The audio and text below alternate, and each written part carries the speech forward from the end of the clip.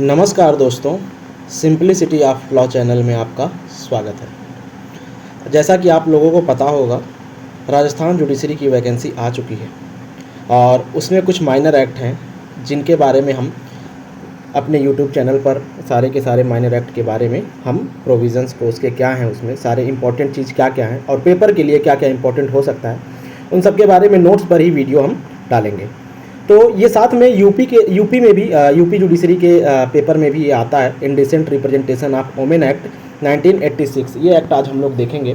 सारे minor act हम लोग कवर करेंगे, लेकिन ये आज पहला एक्ट हम देखेंगे। स्त्री अशिष्ट रूपण प्रतिषेध अधिनियम 1986 का ये एक्ट है, 1986 का। इसका नाम इंग्लिश में है the indecent representation of women prohibition प्रतिषेध अधिनियम 1986। तो इस एक्ट के बारे में देखेंगे। 1 नंबर, 2 नंबर, 3 नंबर कभी ऐसे करके आ जाता है। यूपी जुडिशरी में भी इसको ऐड किया गया था पिछले बार की जुडिशरी में, जब 2023 का पेपर हुआ है उसमें। 2022 का पेपर था, 2023 में हुआ था। तो आइए देखते हैं इसके बारे में क्या प्रोविज़न है, कैसे है सब कुछ। तो जब बात करते हैं indecent representation of women act का, तो सबसे पहले इसके बारे में हम देखते हैं कि 23 दिसंबर 1986 का ये एक्ट है और 23 दिसंबर 1986 को राष्ट्रपति का यहाँ पे साइन हो चुका था इस एक्ट पर। और इसका प्रवर्तन देखिए, प्रवर्तन तिथि क्या है, ये लागू होने की तिथि है 2 अक्टूबर, महात्मा गांधी की तिथि से आप लोग याद कर सकते हैं, 2 अक्टूबर 1987। उसी वर्ष न लागू होकर यह अगले वर्ष लागू हुआ 2 अक्टूबर 1987 को। हाँ, पेपर में राजस्थान जुडिशरी के पेपर में गजट में किस दिन आया था इसके बारे में क्वेश्चन पूछा था और ये 25 सितंबर 1987, 25 सितंबर को गजट में आ गया था, प्रकाशित कर दिया गया था और लागू हुआ था 2 अक्टूबर को 1987 को। तो 7 दिन पहले का आइडिया आप लोग रखिए। 25 सितंबर को आया था और 2 अक्टूबर को ये लागू हो गया था 1987 में। 1986 का ये एक्ट है और ये एक्ट नंबर 60 है 1986 का। 86 में लास्ट में 6 आ रहा है, उस हिसाब से आप लोग याद करिए कि 60 इसका एक्ट नंबर भी है। इसमें 9 चैप्टर, कोई चैप्टर अध्याय इसमें नहीं दिया गया है। टोटल इसमें 10 सेक्शन है। आइए 10 सेक्शन को हम अलग अलग देखते हैं। पहले इसका उद्देश्य देखते हैं, प्रियम्बल इसका क्या है। इसके उद्देश्य के बारे में जब चर्चा करते हैं तो एक्ट क्यों बनाया गया, इसका क्या उद्देश्य था, इसी को प्रियम्बल में दिया गया है। प्रतिषेध करना, किस चीज़ को प्रतिषेध करना, रोकना किसी चीज़ को। क्या? स्त्रियों का अशिष्ट रूपण, स्त्रियों का अशिष्ट रूपण को प्रतिषेध करना ताकि ये अपराध ना किया जाए। अशिष्ट रूपण क्या होता है, डेफिनेशन क्लॉज में इसके बारे में परिभाषा दी गई है। तो वहाँ पे हम देखेंगे किन माध्यमों से स्त्रियों का अशिष्ट रूपण को प्रतिषेध करना। माध्यम दिया गया है यहाँ पे विज्ञापनों द्वारा, प्रकाशन द्वारा, लेखों राइटिंग में या रंग चित्रों के माध्यम से, पेंटिंग के द्वारा, आकृति फिगर के द्वारा या अन्य माध्यम से। इन माध्यमों के द्वारा स्त्रियों का अशिष्ट रूपण प्रतिषेध किया जाना इस एक्ट का उद्देश्य हो जाता है। तो इस एक्ट का उद्देश्य हम लोग देख सकते हैं क्या है, प्रतिषेध करना। किन चीज़ों को प्रतिषेध करना, स्त्रियों के अशिष्ट रूपण को प्रतिषेध करना। किन माध्यम से? विज्ञापनों, प्रकाशन, लेखों, रंग चित्र, आकृति या अन्य माध्यम से स्त्रियों का अशिष्ट रूपण प्रतिषेध करना। तो ये उद्देश्य हो जाता है। अब इसके बाद हम देखते हैं पहला सेक्शन क्या है। टोटल 10 सेक्शन है, इसके बारे में हम चर्चा करेंगे। तो पहला सेक्शन बात करता है इस एक्ट का संक्षिप्त नाम क्या है, विस्तार क्या है और प्रारंभ क्या है। नाम हम ऊपर ही एक्ट का नाम देख चुके हैं कि स्त्री अशिष्ट रूपण प्रतिषेध अधिनियम 1986, प्रतिषेध अधिनियम 1986 या the indecent representation of women prohibition act 1986 इस एक्ट का नाम हो जाता है। तो आइए देखते हैं, संक्षिप्त नाम ये हो गया। विस्तार, इसका विस्तार संपूर्ण भारत पर है। आप लोगों को जैसा पता होगा 31 अक्टूबर को 2019 में जम्मू कश्मीर पर भी लागू हो गया। इसके बाद प्रारंभ इसका कब हुआ, तो ऊपर मैंने बताया प्रवर्तन इसका हुआ 2 अक्टूबर 1987 को। अब जबकि इसका प्रकाशन जो हो गया था, गजट में प्रकाशित हो गया था 25 सितंबर को। ये राजस्थान जुडिशरी में पूछा गया क्वेश्चन है 2021 के पेपर में। तो 25 सितंबर 1987 को ये प्रकाशित हो गया था। अब आते हैं हम, पहला सेक्शन हो गया। अब दूसरे सेक्शन की तरफ बढ़ते हैं, परिभाषा खंड, जिसके बारे में डेफिनेशन क्लॉज है। जो इंपॉर्टेंट है उसके बारे में बात करेंगे हम। तो विज्ञापन, ए में विज्ञापन के बारे में चर्चा किया गया है कि विज्ञापन क्या होगा, एक्ट के बारे में बात करता है। तो विज्ञापन के अंतर्गत क्या क्या आता है, सूचना, नोटिस, किसी चीज़ का नोटिस हो जाता है। परिपत्र, जिसे हम लोग सर्कुलर कहते हैं।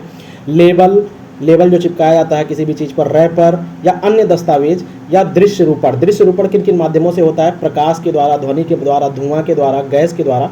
जो दृश्य रूपण हो, इन तरीकों से, इन सबको विज्ञापन के अंतर्गत, इन तरीकों से भी किया जा सकता है। तो ये विज्ञापन के अंतर्गत आते हैं। तो विज्ञापन में सूचना, परिपत्र, लेबल, रैपर या अन्य दस्तावेज, दृश्य रूपण भी इसके अंतर्गत, प्रकाश, ध्वनि, धुआं, गैस द्वारा जो दृश्य रूपेण हो, वो सब चीज़ें भी विज्ञापन के अंतर्गत आती हैं। विज्ञापन की परिभाषा, जैसे अगर हम विज्ञापन पढ़ेंगे आगे, धारा 3-4 में पढ़ेंगे तो उस विज्ञापन के अंतर्गत क्या क्या आता है, तो यहाँ पे ए में बता दिया गया है कि विज्ञापन के अंतर्गत इतनी सारी चीज़ें आती हैं। अब आता है वितरण के बारे में। वितरण का क्या तात्पर्य है, तो वितरण नमूने के तौर पर वितरण। अब वितरण का तात्पर्य है कि नमूने के तौर पर, नमूना जैसे हम लोग लिया करते थे, नमूना कोई भी चीज़ का जाते थे हम लोग दुकान वगैरह पर, चावल वगैरह का नमूना थोड़ा सा उठा ले आते थे, तो फ्री या अदरवाइज, फ्री या पैसे के साथ में जो नमूना लिया जाता है, नमूने के तौर पर वितरण किया जाए, उसी चीज़ को कहते हैं वितरण के अंतर्गत वही आता है, नमूने के तौर पर वितरण। अब देखिए इस एक्ट का नाम जो है स्त्री अशिष्ट रोपण अधिनियम, उसके बारे में अब सी में बताया गया, सी क्लॉज में। बी में तो वितरण हो गया, सी से स्त्री अशिष्ट रोपण के बारे में चर्चा करता है कि स्त्री अशिष्ट रोपण से तात्पर्य क्या है, एक्ट का नाम जो है उसमें उससे तात्पर्य क्या है। तो देखिए स्त्री का, किसी स्त्री की आकृति का, रूप का, शरीर का या अंग का, किसी स्त्री के आकृति का, रूप का, शरीर का या अंग का किसी ऐसे रीति से चित्रण करना, दिखाना जो अशिष्ट रूप से चित्रण हो, जो गलत तरीके से चित्रण हो, जो गलत लगता हो, अथवा देखिए इधर, अथवा जो स्त्रियों के लिए अपमानजनक या निंदनीय हो, अर्थात जो स्त्रियों के लिए अपमानजनक हो या निंदनीय हो, अथवा जिससे लोक नीति के आधार पे या नैतिकता के आधार के विकृत, भ्रष्ट या क्षति होने की संभावना हो।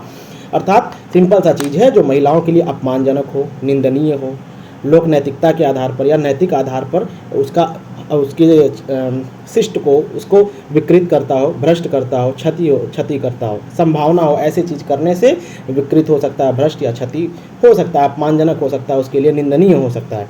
तो आकृति किस किस माध्यमों से, आकृति का किस किस तरीके से, आकृति, रूप, शरीर या अंग का किसी रीति से चित्रण करना, किसी भी तरीके से चित्रण किया जाता है तो यही कहलाता है अशिष्ट रूप से, जो अशिष्ट रूप से चित्रण हो, अशिष्ट ऐसा चित्रण किया जाए जो अशिष्ट रूप से हो, गलत तरीके से हो, तो वो सिंपल सा चीज़ हो जाता है कि वो स्त्री अशिष्ट रूपण कहलाएगा। जो स्त्रियों के लिए अपमानजनक हो जाए, निंदनीय हो जाए, ये सिंपल सा चीज़ बताता है यहाँ पे। इसके बाद डी में परिभाषा दिया गया है, लेबल के बारे में चर्चा किया गया है। लेबल के अंतर्गत क्या आता है, लेबल जो हम चिपकाते रहते हैं, मतलब पैकेज वगैरह पे जो ऊपर से स्टिकर लगा देते हैं किसी भी चीज़ के बारे में कि पता चले कि हमारा है, या किसी भी चीज़ का बर्थडे वगैरह में हम लगाते हैं। तो कोई लिखकर आप लोग अपना बड़ा सामान होता है, जब गत्ते वगैरह में पैक करते हैं तो उस पर लिख देते हैं कि इसमें ये सामान है, या घर में किचन में अगर रखते हैं नमक, इसमें लिख देते हैं इसमें ये चीज़ है। लिखित, चिन्हित, कोई साइन लगा देते हैं कि ये सामान मेरा है। स्टाम्पित, स्टाम्प लगा दिए। मुद्रित से प्रिंटेड कहते हैं। चित्र लगा दिया जाए। विषय वस्तु जो किसी पैकेज पर चिपकाई गई है या उस पर दिखाई दे रहा है, तो किसी पैकेज पर जो हम चिपका रहे हैं या उस पर जो दिख रहा है, कोई लिखित, चिन्हित, स्टाम्पित, मुद्रित, चित्रित कोई भी विषय वस्तु जो होता है वो लेबल के अंतर्गत आ जाता है।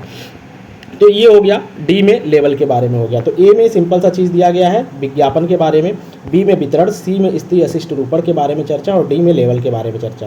अब ई में पैकेज के बारे में बात करता है। पैकेज क्या होता है, तो बॉक्स, कोई कार्टन, कोई टिन या अन्य कोई पात्र, कंटेनर वगैरह, बॉक्स वगैरह जिसमें सामान रखा जाता है, पैक करके भेजा जाता है जो सामान है। कॉटन हो जाता है, बॉक्स हो जाता है, टिन या अन्य कोई भी पात्र, कंटेनर वगैरह इसके अंतर्गत सम्मिलित हो जाते हैं। तो अब ये हो गया पहला और दूसरा धारा हमारा। 3-4 बात करता है प्रतिषेध करने के लिए। धारा 3-4 बात करेगा प्रतिषेध करने के लिए, क्या, स्त्री अशिष्ट रूपण को। तो धारा 3 देखते हैं। धारा 3 सिंपली बात करता है कि स्त्री अशिष्ट रूपण अंतर्विष्ट करने वाले विज्ञापनों का प्रतिषेध, यानी उनको प्रकाशित न करना, ना करेगा कोई व्यक्ति, ना करवाएगा। अगर किसी भी चीज़ में, किसी भी विज्ञापन में अगर स्त्री के अशिष्ट रूपण से संबंधित कोई भी बात होगा तो उसको प्रतिषेध करता है एक्ट कि वह प्रकाशित नहीं करेगा और ना ही किसी और से करवाएगा। प्रतिषेध करता है धारा 3, रोकता है कि कोई भी नहीं करेगा। अब ये हो जाता है धारा 3 में, यह तो लिख दिया गया, प्रतिषेध कर दिया गया। अब इसके बाद धारा 4 आता है। धारा 4 सिंपली कहता है स्त्री अशिष्ट रूपण अंतर्विष्ट करने वाली पुस्तकों, पुस्तिकाओं आदि के प्रकाशन या डाक द्वारा भेजने का प्रतिषेध। सिंपल सा चीज़ दिया गया है कि पुस्तकों, पुस्तिकाओं आदि के प्रकाशित करने पर या डाक द्वारा अगर कोई भेजता है तो उसको प्रतिषेध करता है। अगर उसमें स्त्री अशिष्ट रूपण से संबंधित कोई बातें हों, कोई भी चीज़ हो, तो उस ऐसी पुस्तक, पुस्तिकाओं या फिर डाक द्वारा भेजने पर प्रतिषेध किया जाता है। पुस्तक, पुस्तिकाओं के प्रकाशन को और डाक द्वारा भेजने को। अच्छा देखिए, इसमें इंपॉर्टेंट तो अंदर बहुत सारी चीज़ें लिखी हुई हैं, जो इंपॉर्टेंट हम उन्हीं चीज़ों के बारे में बात करेंगे। इसके अंदर इंपॉर्टेंट है कि अपवाद कुछ दे रखा है कि कब प्रतिषेध नहीं होगा, कब जो है वहाँ पे करने पर भी अगर ऐसा चीज़ है, स्त्री अशिष्ट रूपण से भी रिलेटेड चीज़ें हैं, तो वह अशिष्ट रूपण नहीं मानी जाएंगी। अशिष्ट रूपण निम्न नहीं माना जाता। अब देखिए क्या अपवाद में आता है। जब हम देखते हैं तो एक क्लॉज दिया गया है धारा 4 में, उसमें कोई पुस्तक ऐसा जिसका प्रकाशन, कोई पुस्तक जिसका प्रकाशन लोक कल्याण के लिए होने के कारण न्यायोचित है। लोक कल्याण के लिए, जनता के कल्याण के लिए वह पुस्तक हो तो वह न्यायोचित हो जनता के लिए, तो उस पुस्तक के प्रकाशन पर रोक नहीं लगाया जाएगा। यानी उसमें स्त्री अशिष्ट रूपण से संबंधित भी चीज़ें होंगी, लेकिन लोक कल्याण के लिए है, लोक कल्याण के लिए न्यायोचित है, न्याय के लिए उचित है, ठीक है, तो वहाँ पे उसको रोक नहीं लगाया जाएगा। दूसरा कहता है जो सद्भावपूर्वक धार्मिक प्रयोजनों के लिए रखी गई हो या उपयोग में लाई जाती हो। अब धार्मिक प्रयोजन के लिए कोई पुस्तक यूज की जाती है या फिर उपयोग में लाई जाती है, तो ऐसी पुस्तक पर भी स्त्री अशिष्ट रूपण वाली चीज़ों को रोका नहीं जाएगा, प्रतिषेध नहीं किया जाएगा। ये वाले क्लॉज में हो गया पुस्तक को ऐसा रोका गया। अब बी में कहता है किसी ऐसे रूपण को, रूपण मतलब जो हम दृश्य द्वारा प्रकाशित करते हैं, यहाँ ऊपर हमने देखा धुआं, प्रकाश या कई सारे माध्यम थे, उनके माध्यम से प्रकाशित किया जाता है। तो जैसे ऐसी कोई रूपण दृश्य को जो प्राचीन संस्मारक या पुरातत्वीय स्थल व अवशेष एक्ट 1958 का ये एक्ट है कि अर्थ में प्राचीन संस्मारक पर या उसमें उत्कीर्ण हो। जैसे आप लोग देखते होंगे लाइक स्त्री अशिष्ट रूपण वाले बहुत सारे चित्र बने हुए हैं प्राचीन स्मारकों में, जहाँ अजंता एलोरा की गुफाएं हैं या फिर बहुत जगह पे ऐसे वहाँ पे मूर्तियाँ बनी हुई हैं जो स्त्री अशिष्ट रूपण वाली चीज़ें दिखती हैं उसमें, तो फिर भी उन सबको नहीं हटाया जाता है, उन सबको वो रखे हुए हैं ऐसे जगह पे पड़े हुए हैं हमेशा से। क्यों? इस वजह से प्राचीन संस्मारक व पुरातत्वीय स्थल व अवशेष एक्ट बना हुआ 1958, और ये कहता है कि अर्थ में प्राचीन संस्मारक या उस पर उसमें उत्कीर्ण कोई मूर्ति है और उसमें स्त्री अशिष्ट रूपण वाली चीज़ें हैं, तो उनको भी इस अपवाद में रखा गया है, यानी उस पर प्रतिषेध नहीं लगाया गया है। मंदिर में रखी कोई मूर्ति है उस पर भी रोक नहीं लगाया जाएगा। सी कहता है ऐसी फिल्म को लागू नहीं जिस पर चलचित्र एक्ट 1952 के भाग 2 के उपबंध लागू। अब जहाँ पे चलचित्र फिल्म एक्ट जो है 1952 का, उसका पार्ट 2 जहाँ लागू होता है वहाँ पर यह नहीं लागू होगा, इसके बारे में कहता है। तो ये 3 अपवाद हो गए, ए बी सी। ए में पुस्तक के बारे में है, बी में रूपण कोई, और सी में बात करता है फिल्म को लागू नहीं होगा जहाँ चलचित्र एक्ट 1952 का भाग 2 लागू हो जाए। तो ये हो जाता है। अब 5वां सेक्शन बात करते हैं। 5वां बात करता है कि प्रवेश करने और तलाशी लेने की शक्ति। अब देखिए जहाँ पे अगर किसी जगह पे सूचना मिलता है, कोई राजपत्रित अधिकारी जिसे सरकार ने नियुक्त किया है, उसे सूचना मिलता है कि किसी जगह पे स्त्री अशिष्ट रूपण वाली चीज़ें हो रही हैं, तो वहाँ पे वह प्रवेश करेगा और तलाशी लेगा। उसकी शक्तियों के बारे में धारा 5 में चर्चा किया गया है। तो राज्य सरकार द्वारा प्राधिकृत राजपत्रित अधिकारी, राज्य सरकार कौन नियुक्त करेगा? राज्य सरकार नियुक्त करेगा। तो क्या आगे क्या कह रहा है? राजपत्रित अधिकारी क्या करेगा? ए, जिस स्थान पर इस एक्ट के अधीन अपराध किया गया है या किया जा रहा है वहाँ पे प्रवेश करेगा और तलाशी लेने की शक्ति उसके पास होगी। यही ये 5वां धारा कहता है कि वहाँ पे प्रवेश करेगा और तलाशी ले सकता है। अच्छा देखिए, अगर कोई प्राइवेट या व्यक्तिगत निवास गृह में प्रवेश करना है, उसको किसी निवास गृह में किसी के घर में प्रवेश करना है, प्राइवेट व्यक्तिगत किसी का हो, तो वो बिना वारंट के प्रवेश नहीं करेगा, मजिस्ट्रेट से वारंट लेगा तभी उस घर में प्रवेश करेगा। 5वें का दूसरा क्लॉज कहता है कि बाकी तलाशी वगैरह की प्रक्रिया क्या होगी?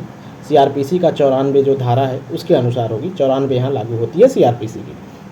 तीसरा क्लॉज कहता है अब जाता है, जब वहाँ पे प्रवेश करता है वह अधिकारी और तलाशी लेता है, तो वहाँ पे कोई ऐसी वस्तु पाता है जिसमें स्त्री अशिष्ट रूपण से चीज़ें संबंधित हैं, तो कोई वस्तु जब वहाँ पे सीज करेगा और वस्तु को जब सीज की जाए, वो सीज करता है तो उसकी सूचना जो निकटतम मजिस्ट्रेट होगा, कार्यपालक या जुडिशियल जो भी मजिस्ट्रेट होगा, उसके पास इस चीज़ की सूचना पहुँचाएगा कि यहाँ पे ये वस्तु सीज की गई है, ऐसी चीज़ हमें मिली है, अशिष्ट रूपण से रिलेटेड चीज़ें हमें प्राप्त हुई हैं।